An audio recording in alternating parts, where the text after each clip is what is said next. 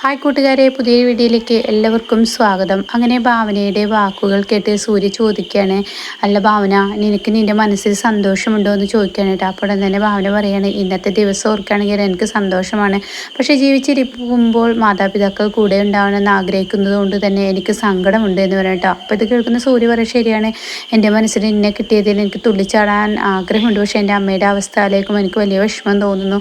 എന്തായാലും എൻ്റെ അമ്മയെ നല്ലൊരു ഡോക്ടറെ കാണിക്കണമെന്ന് പറഞ്ഞ് സൂര്യ അങ്ങ് നീങ്ങണ്ടിട്ടാ. എന്നാൽ ഈ സമയം സൂര്യ, നിൻ്റെ അമ്മ എത്രമാത്രം മുഖംമൂടി അണിഞ്ഞിട്ടാണ് നടക്കുന്നത് നീ അറിയുന്നില്ലല്ലോ. നീ അത് അറിഞ്ഞു കഴിഞ്ഞാൽ തീർച്ചയായും നീ നിൻ്റെ അമ്മയെ വെറുക്കും. എന്ത് ചെയ്യാൻ, ഞാനത് പറയുന്നില്ല. നിൻ്റെ അമ്മ നേരെ ഒന്ന് നോക്കട്ടെ, ഞാൻ എന്തായാലും നിൻ്റെ അമ്മയെ ഒന്നും കാണിക്കില്ല എന്ന് പറയാം കേട്ടോ. എന്നാൽ ഈ സമയം സൂര്യ അകത്തോട്ട് കയറി ചെല്ലുമ്പോൾ കാണുന്ന കാഴ്ച, മനസ്സയുടെ അച്ഛനും അമ്മയും പെട്ടിയൊക്കെ എടുത്ത് പോകുന്നു. അങ്ങനെ പ്രസിദ്ധ വാ എന്ന് പറയണ, മാനസ നീ ഇറങ്ങുന്നില്ലേ എന്ന് പറയുമ്പോഴേക്കും അവിടോട്ട് ജയനിർമ്മലയും അതേപോലെ ദേവനും ഇറങ്ങി വന്നിട്ടോ. അപ്പോൾ നിങ്ങൾ എങ്ങോട്ടാണ് ഈ പെട്ടിയൊക്കെ കെട്ടിയിട്ട് പോകുന്നത് എന്ന് ഇങ്ങനെ ജയനിർമ്മല ചോദിക്കാൻ. അപ്പോൾ തന്നെ ഞങ്ങൾ നിൽക്കുന്നില്ല, ഞങ്ങൾ ഇനി എന്ത് കാണാനാണ് ഇവിടെ നിൽക്കുന്നത്, ഞങ്ങൾക്ക് ഒരു നിലയും വിലയൊക്കെ വേണം, അത് ഇല്ലാതാവും. ഇനി എൻ്റെ മകളായിട്ട് ഇവിടെ നിന്ന് കഴിഞ്ഞാൽ എൻ്റെ മകളുടെ മാനമാണ് ഈ നഷ്ടപ്പെട്ടുകൊണ്ടിരിക്കുന്നത്. ഏട്ടൻ ഇങ്ങനെയൊന്നും സംസാരിക്കരുത് എന്ന് പറയാം. പിന്നെ ഞാൻ എങ്ങനെ സംസാരിക്കണം, എൻ്റെ കുഞ്ഞിൻ്റെ ജീവിതം വെച്ചാണ് നിങ്ങൾ കളിച്ചത്, ഇതുവരെ എൻ്റെ കുഞ്ഞിനെ ഹോം നേഴ്സാക്കി, ഇനിയിപ്പോൾ അടുത്തത് വേറെ എന്തെങ്കിലും ആക്കുമെന്ന് പറയാൻ പറ്റില്ല, അതുകൊണ്ട് ഞാൻ ഇറങ്ങുന്നെന്ന് പറയട്ടെ. അപ്പോൾ സൂര്യ പറയാം, എന്താ നിങ്ങൾ ഇങ്ങനെയൊക്കെ സംസാരിക്കുന്നത്, ഈ വിവാഹം നടക്കില്ലെന്ന് എനിക്ക് നന്നായി അറിയാലോ, കാരണം ഭാവന എൻ്റെ ഭാര്യയായിരുന്നു ആദ്യം, ആ ഭാര്യയെ തന്നെയാണ് ഞാൻ കല്യാണം കഴിച്ചത്, എന്താ നിങ്ങൾ മറന്നു പോകുന്നത് എന്ന് പറഞ്ഞുകൊണ്ട് തന്നെ, ഒരു പക്ഷേ നീ കല്യാണം കഴിച്ചതിന് ശേഷം എൻ്റെ ഭാവന നേരിട്ട് വന്നെങ്കിൽ നീ എന്ത് മറുപടി നൽകുമെന്ന് പറയട്ടോ.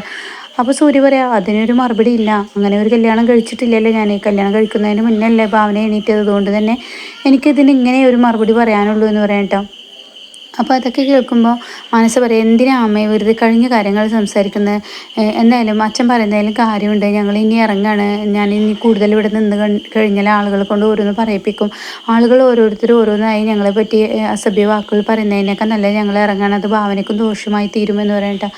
അപ്പോൾ ഇത് കേൾക്കുന്ന ഭാവനയുടെ അച്ഛൻ പറയാം, എന്തിനാ നിങ്ങൾ ഇറങ്ങുന്നത്, സൂര്യയുടെ അച്ഛൻ പറയാം, എന്തിനാ നിങ്ങൾ ഇറങ്ങുന്നത്, നിങ്ങൾ ഇവിടെ നിൽക്കുക. അപ്പോഴേക്ക് ജയധർമ്മന പറയാം, മനസ്സ് നീ പോവില്ല, നീയാണ് എൻ്റെ മനസ്സിൻ്റെ ഏറ്റവും വലിയ കരുത്ത്, നീ പോയി കഴിഞ്ഞാൽ ഞാൻ തളരുമെന്ന് പറയാം കേട്ടോ. അപ്പോൾ ഇതേ സമയം ഞങ്ങൾക്ക് ഒരു വീട് പോലും ഇല്ല, അങ്ങനെയാണ് ഞങ്ങൾ ജീവിക്കുന്നതെന്ന് പറഞ്ഞ ഉടനെ തന്നെ അവിടെ ദേവൻ പറയാണ്, നിങ്ങൾ പേടിക്കണ്ട, നിങ്ങൾ ഇവിടെ തന്നെ നിന്നോളൂ, ഞങ്ങളുടെ കമ്പനി വലിയൊരു ടോപ്പിൽ തന്നെ നമ്മുടെ മാനസക്ക് പണി കൊടുക്കും, അത് കഴിഞ്ഞാൽ പിന്നെ ഞാൻ ചെയ്യാൻ പോകുന്നത് മാനസക്ക് നല്ലൊരു പണി കൊടുക്കും, നിങ്ങൾക്ക് ഇവിടെ യാതൊരു കുഴപ്പമില്ലാതെ ബുദ്ധിമുട്ടില്ലാതെ ജീവിക്കാമെന്ന് പറയട്ടെ. അപ്പോൾ ഇത് കേൾക്കുന്ന, എന്തുണ്ടായിട്ടെന്താ, ഞങ്ങൾക്ക് വീടില്ലല്ലോ എന്ന് പറയണ്ട. അപ്പോൾ അത് കേൾക്കുന്ന സൂര്യ പറയാം, വീടില്ലായികയാണോ, വീടിൻ്റെ പരിഹാരം ഞാൻ തീർത്തു തരാം, ഞങ്ങൾക്ക് 4 വീടുണ്ട് എന്ന് പറയട്ടെ. അപ്പോഴേക്കും നിർമ്മല പറയാം, 4 വീടുണ്ട്, അതിലൊരു വീട് അങ്ങ് തരാമെന്ന് പറയട്ടെ. അപ്പോൾ ഇത് കേൾക്കുന്ന മനസ്സയുടെ അച്ഛൻ, പക്ഷേ കയ്യിൽ നിന്ന് പോയല്ലോ എന്നുള്ള ഭാവത്തിൽ ഇങ്ങനെ നിൽക്കുകയാണ്. അപ്പോൾ ഈ സമയം മനസ്സയുടെ അച്ഛൻ എന്തായാലും വേണ്ടില്ല എന്ന് പറഞ്ഞിട്ട്, അതെ എനിക്ക് വേറെ വീടൊന്നും വേണ്ട, എനിക്ക് ഈ വീട് തന്നാൽ മതി, അതിന് എനിക്ക് സമ്മതമാണെന്ന് ചോദിക്കുമ്പോൾ സൂര്യ ഒന്ന് ആകെ നെറ്റി ചുളി കിട്ടോ. ഇതേസമയം സൂര്യ പറയും, എനിക്ക് സമ്മതമാണ്, മനസ്സ് അത്രയും നല്ല കുട്ടിയാണെന്ന് പറയട്ടോ.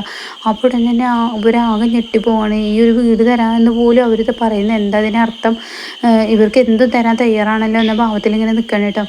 ഇതേ സമയം ദേവൻ പറയണേ, എൻ്റെ മകന് എതിർപ്പില്ല എങ്കിൽ എനിക്കും എതിർപ്പില്ല, പിന്നെ എൻ്റെ ഭാര്യയ്ക്കും എതിർപ്പില്ല എങ്കിൽ എനിക്കും എതിർപ്പില്ല, ഞാൻ സമ്മതം മൂളുന്നു എന്ന് പറയട്ടോ. എന്നാൽ ഈ സമയം മാനസയുടെ അച്ഛൻ ചോദിക്കുമ്പോൾ അവനെ, നിനക്ക് എതിർപ്പുണ്ടോ, എനിക്ക് എന്ത് എതിർപ്പ്, എനിക്ക് സ്വത്തിനും മുതലും പണ്ടേ ആർത്തിയില്ല, അതുകൊണ്ട് എനിക്ക് വേണ്ട എന്ന് പറയാം കേട്ടോ.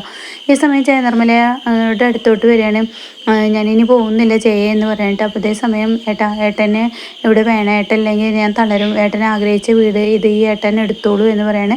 അങ്ങനെ അവർക്ക് വലിയ സന്തോഷമാണ്, അവരങ്ങ് കയറിപ്പോവാണ്. എന്നാൽ ഈ സമയം മാനസ വളരെ തളർന്ന് വിഷമിച്ച് നിൽക്കുകയാണ്, തനിക്കിതിലൊന്നും പങ്കില്ല എന്ന ഭാവത്തിൽ നിൽക്കുകയാണ്. അങ്ങനെ സൂര്യയും ദേവനൊക്കെ അങ്ങ് പോകുന്ന സമയത്ത് സൂര്യ എന്ന് പറഞ്ഞ് വിളിക്കുകയാണ് കേട്ടോ. അപ്പോൾ തന്നെ എൻ്റെ അച്ഛൻ ഇങ്ങനെ പോയി, എൻ്റെ അച്ഛൻ ഇങ്ങനെ ചോദിച്ചെന്ന് പറയുമ്പോൾ, അതൊന്നും അത്ര വിഷയമാക്കില്ല, നിൻ്റെ അച്ഛൻ ചോദിക്കുന്നത് തെറ്റൊന്നും ഇല്ലല്ലോ എന്ന് പറഞ്ഞിട്ട് സൂര്യ അങ്ങ് പോയിട്ടോ. എന്നാൽ ഈ സമയം അരുന്ധതിയാണ് കാണിക്കുന്നത്. അരുന്ധതി ഗായത്രിക്ക് തൻ്റെ വള ഊരി കൊടുക്കണത് കാണുന്ന ഭരത്തിന് തീരെ ഇഷ്ടപ്പെടുന്നില്ല. അങ്ങനെ എൻ്റെ വക ഭാവനേച്ചിക്ക് സ്വർണം കൊടുക്കുക എന്ന് പറഞ്ഞാൽ അതിൽ ഈ ഒരു വള ഇരിക്കട്ടെ എന്ന് പറയാം കേട്ടോ. എന്നാൽ ഈ സമയം അരുന്ധതി അങ്ങ് വിളിച്ചു കൊണ്ടുപോവാണ്. ഭരത്, നീ എന്തടി കാണിച്ചത്, നമ്മുടെ മുതലല്ലേ പോയത്, അതിലൊരു വള നഷ്ടപ്പെട്ടു എന്ന് പറയുമ്പോൾ, എന്താ ഇങ്ങനെയൊക്കെ പറയുന്നതെന്ന് പറയുന്ന സമയത്ത് കാണാം അങ്ങോട്ടേക്ക് ഭാമ വരുന്നു കേട്ടോ. ഭാമ തൻ്റെ കഴുത്തിലുള്ള ഒരു മാല ഊരിയിട്ട്, ഇത് ഭാവനേച്ചി എന്നാണെങ്കിലും ഇത് ഭാവനേച്ചിക്ക് ഇരിക്കട്ടെ എന്ന് പറഞ്ഞു കൊടുക്കണം കേട്ടോ.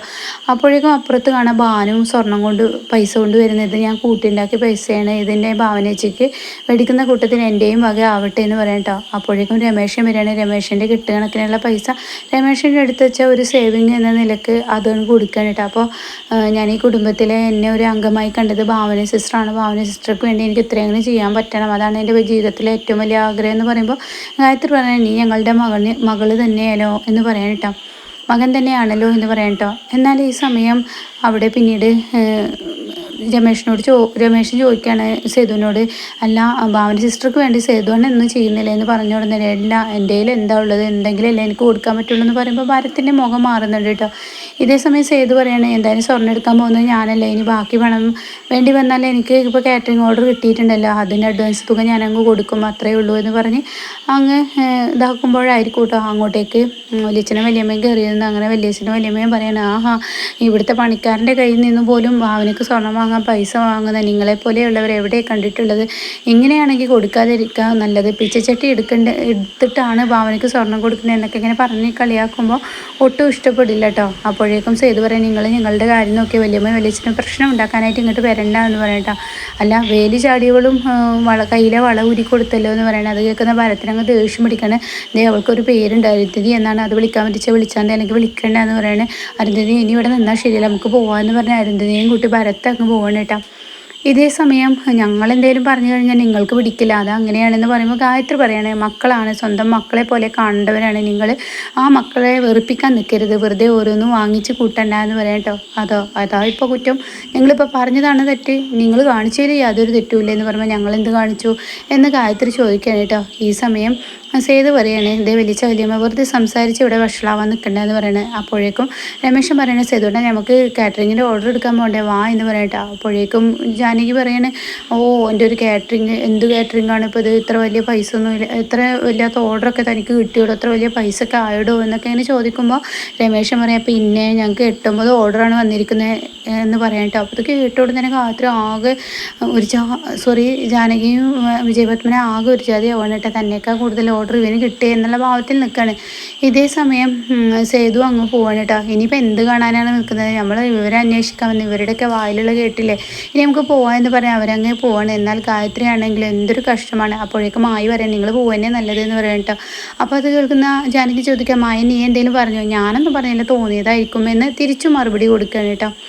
അങ്ങനെ അവരങ്ങ് ഇറങ്ങാണ്. എന്നാൽ ഈ സമയം ജയനിർമ്മല ഇങ്ങനെ ജയനിർമ്മലയുടെ റൂമിൽ ഇരിക്കുന്നുണ്ടാവും കേട്ടോ. അങ്ങോട്ടേക്ക് ഭാവന വരികയാണ്. അങ്ങനെ ഭാവന തൻ്റെ കൈ ഇങ്ങനെ കെട്ടി നിന്നിട്ട്, നിങ്ങളുടെ കളി എന്നുള്ള ആ ലെവലിൽ എൻ്റെ അടുത്താണ് വിളിച്ചില്ല എന്നുള്ള ലെവലിൽ ഇങ്ങനെ വരുമ്പോൾ ആ ഭാവനയുടെ തൻ്റെ ഇടം, ആ പഴയ തൻ്റെ ഇടക്കത്തോടു കൂടി ഇങ്ങനെ നിൽക്കുന്നത് കാണുമ്പോൾ ജയനിർമ്മല എന്തൊക്കെയാണ് ആലോചിച്ച് ഇങ്ങനെ തിരിഞ്ഞ് നോക്കുമ്പോഴാണ് കേട്ടോ ഭാവനയെ കണ്ട ജയനിർമ്മല ആകെ ഞെട്ടാണ് കേട്ടോ.